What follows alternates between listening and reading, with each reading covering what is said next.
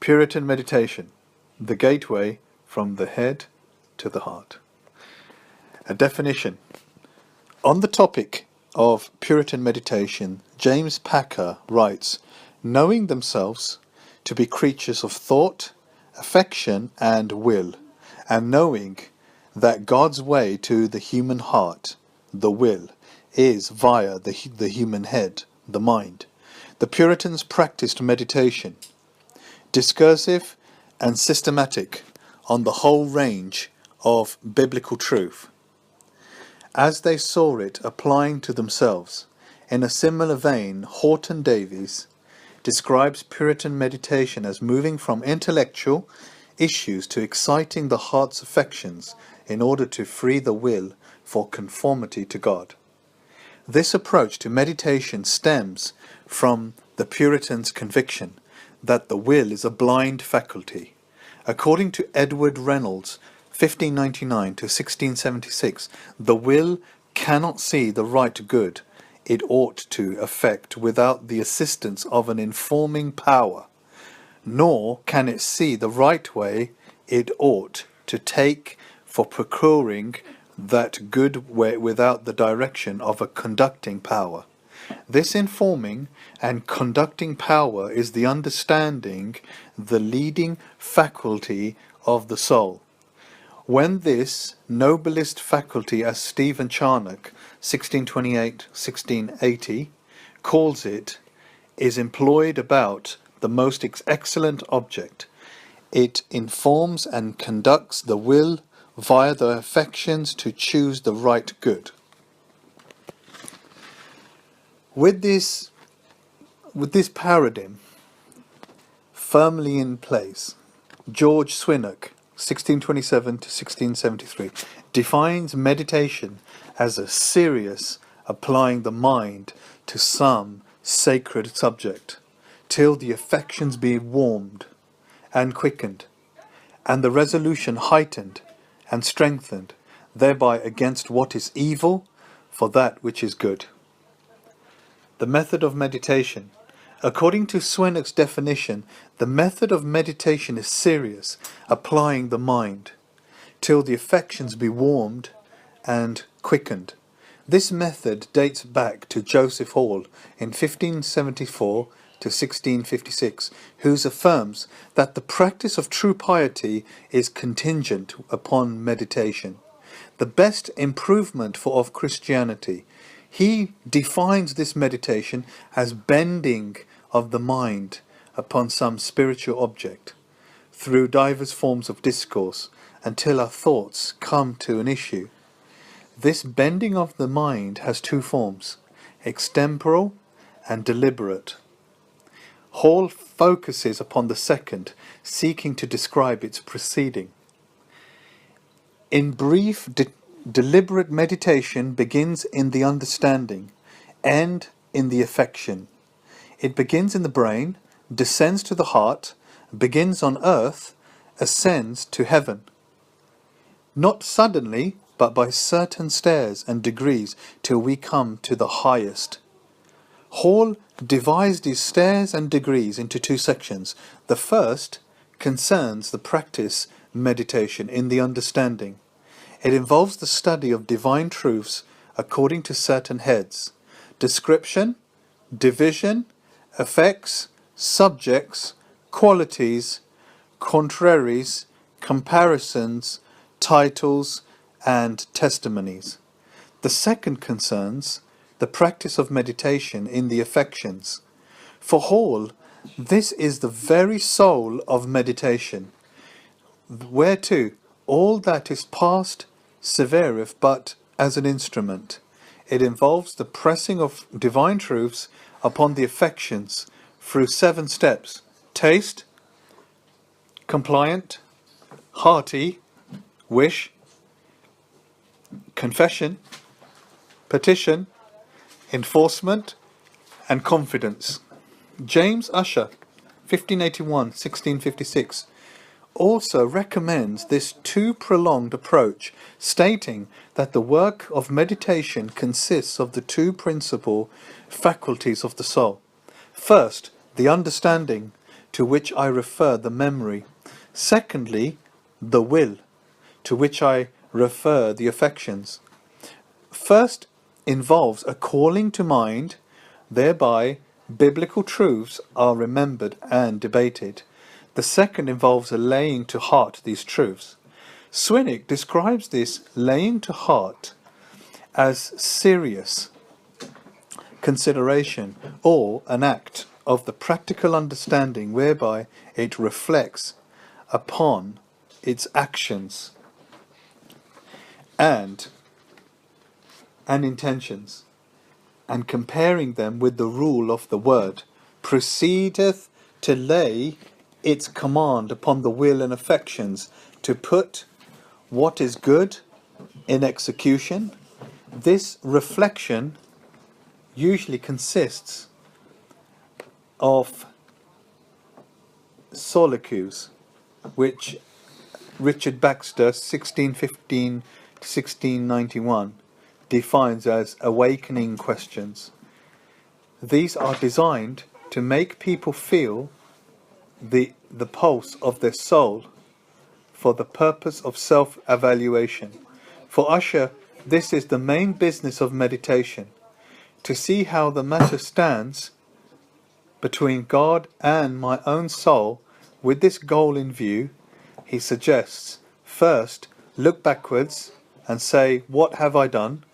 Secondly, look forwards and say, what will I do? Question mark. Similarly, William Gunnell, 1617, 1679, writes, reflect upon thyself and bestow a few serious thoughts upon your own behaviour, what it has been towards God and man all along the day. The object of meditation. In his definition, Swinnock describes the object of meditation is some sacred subject for his part. Hall speaks of those matters in divinity which can most of all work compunction in the heart and most stir us up to devotion. In all there are 7 sacred subjects that figure prominently in Puritan meditation. The first is the majesty of God. Above all, writes Swinnock, meditate on the infinite majesty, purity, and mercy of that God against whom thou hast sinned. Charnock concurs, be often in the views of the excellencies of God. Gurnall encourages his readers to meditate on the infinite holiness of God. Similarly, Baxter directs his audience to dwell on the meditations of the Almighty, adding, one would think, if I should set you no further task, and tell you of no other matters for meditation, this one should be enough, for this one is in a manner all. Baxter's urgency flows from his conviction that the best Christian is the one that has the fullest impression made upon his soul by the knowledge of God in all his attributes. Let me say that again. One would think, if I should set you no further task and tell you of no other matters for meditation, this one should be enough, for this one is in the manner all. Baxter's urgency flows from his conviction that the best Christian is the one that has the fullest impression made upon his soul by the knowledge of God in all his attributes. The second subject is the severity of sin. For the Puritans, the knowledge of sin and the knowledge of God are inextricably related. Swinnock explains, man never comes to a right knowledge of himself, what a pitiful, abominable wretch he is, till he comes to a right knowledge of God. What an excellent, incomparable majesty he is. Charnock agrees, in the consideration of God's holiness, we are minded of our own impurity. So his immensity should make us, according to our own nature, appear little in our own eyes. In other words, People only arrive at a proper understanding of the darkness of sin in the light of God's holiness, because it is then that they see their sin as an attack against God. With this in mind, Joseph Alleine, 1634-1668, urges his audience to meditate upon the number, aggravation, deformity and defilement of their sin. The third subject is the beauty of Christ, which is only appreciated against the backdrop of God's majesty and sin's severity. According to Alleine, till men are weary and heavy laden and pricked at heart, quite sick of sin, they will not come to Christ for cure, nor sincere inquire, "What shall we do?" When they do arrive at this point, they see the beauty of Christ's love as he bridges the immeasurable distance between the glorious God and a sinful creature. This leads Gurnall to declare, "Bathe your soul with the frequent meditation of Christ's love." The fourth subject is the certainty of death. "If you would exercise yourself to godliness," writes Swinnock, "think often of your dying day." Robert Bolton, 1572 to 1631, directs his readers to ponder the certainty that all the pleasures, treasures and comforts of this life must all upon the stroke of death be suddenly uttered and forever left. The fifth subject is the finality of judgment. Gurnall remarks, "Surely you will not easily sleep while this trumpet that shall call all mankind to judgments shall sound in your ear." The reason why men sleep so soundly in security is because they either do not believe this, or at least do not think of it seriously, so as to expect it. With the lethargy in mind, Bolton instructs individuals to ponder what it will be like to give an exact account of all things done in the flesh, to witness the disclosure of all secret sins and closet villainies, and to hear that dreadful sentence of damnation to eternal torments and horror. The sixth subject is the misery of hell. Swinnock describes hell as privative misery, because sinners lose earthly delights, carnal contentments, spiritual preferment, the society of all the godly, hope their precious soul, and the infinitely blessed God. Likewise, Bolton speaks of the privation of God's glorious presence and eternal separation from those everlasting joys, facilities, and bliss above. Swinnock also describes hell as a positive misery because of what sinners gain, explaining, "The wicked shall, in the other world, depart from Christ into fire. They shall not only be stripped of all good, but also be filled with all evil. At that time they will gain a perfection of sin and a fullness of sorrow." The seventh subject is the glory of heaven. The terms of privative gain. Swinnock says Christians will obtain freedom from the evil of sin, that is, freedom from the commission of sin and the temptation to sin.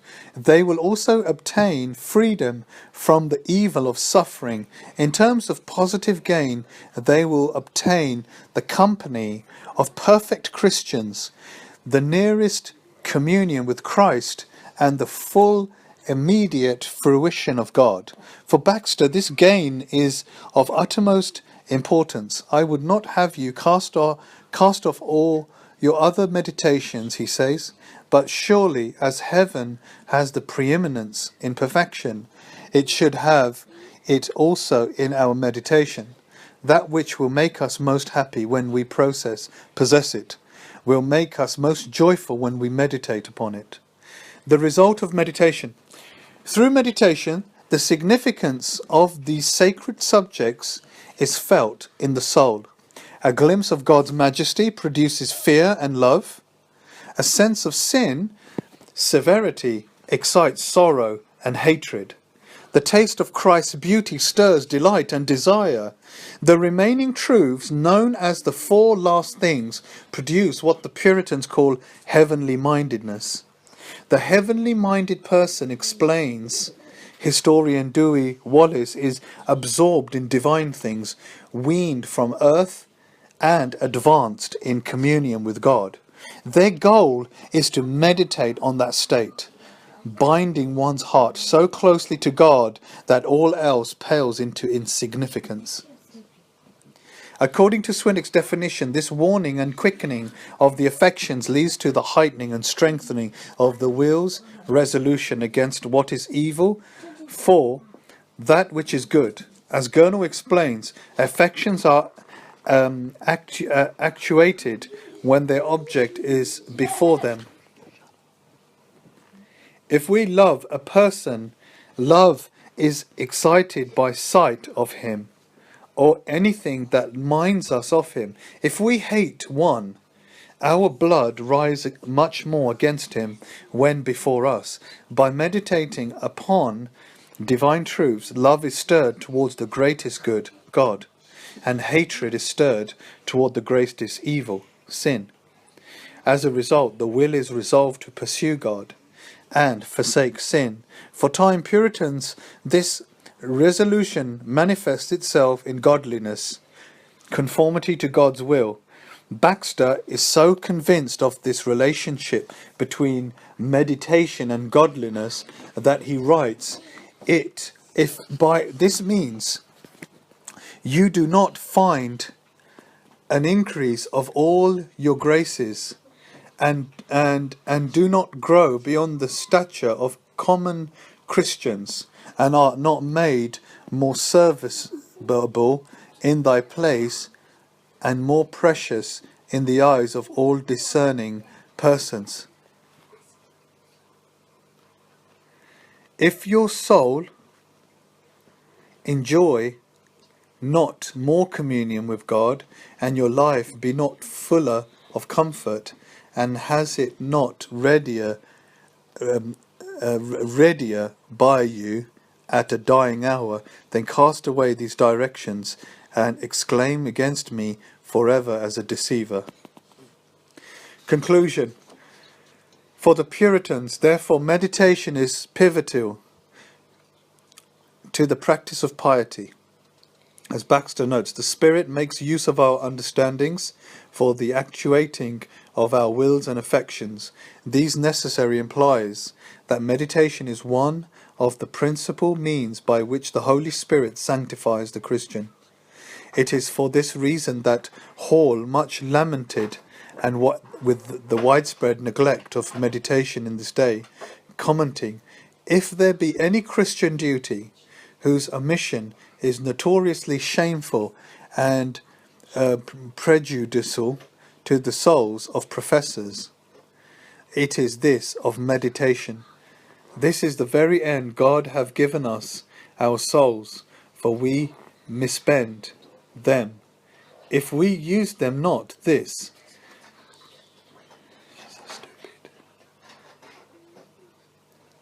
Hall's words are as true today as the day he penned them. For as Joel Beakey observes, one hindrance to grow among Christians today is our failure to cultivate spiritual knowledge. We fail to give enough time to prayer and Bible reading, and we have abandoned time practice of meditation. Given this fact, we would do well to heed Gunnell's plea to retire often to muse on some soul-awakening meditations, remembering that if you seek her as silver and search for her as for hidden treasure, then you will discern the fear of the Lord and discover the knowledge of God. Reprinted with permission from Eusebia bulletin of the Jonathan Edwards Centre for Reformed Spirituality at the Toronto Baptist Seminary and Bible College, its editor, and so on and so such.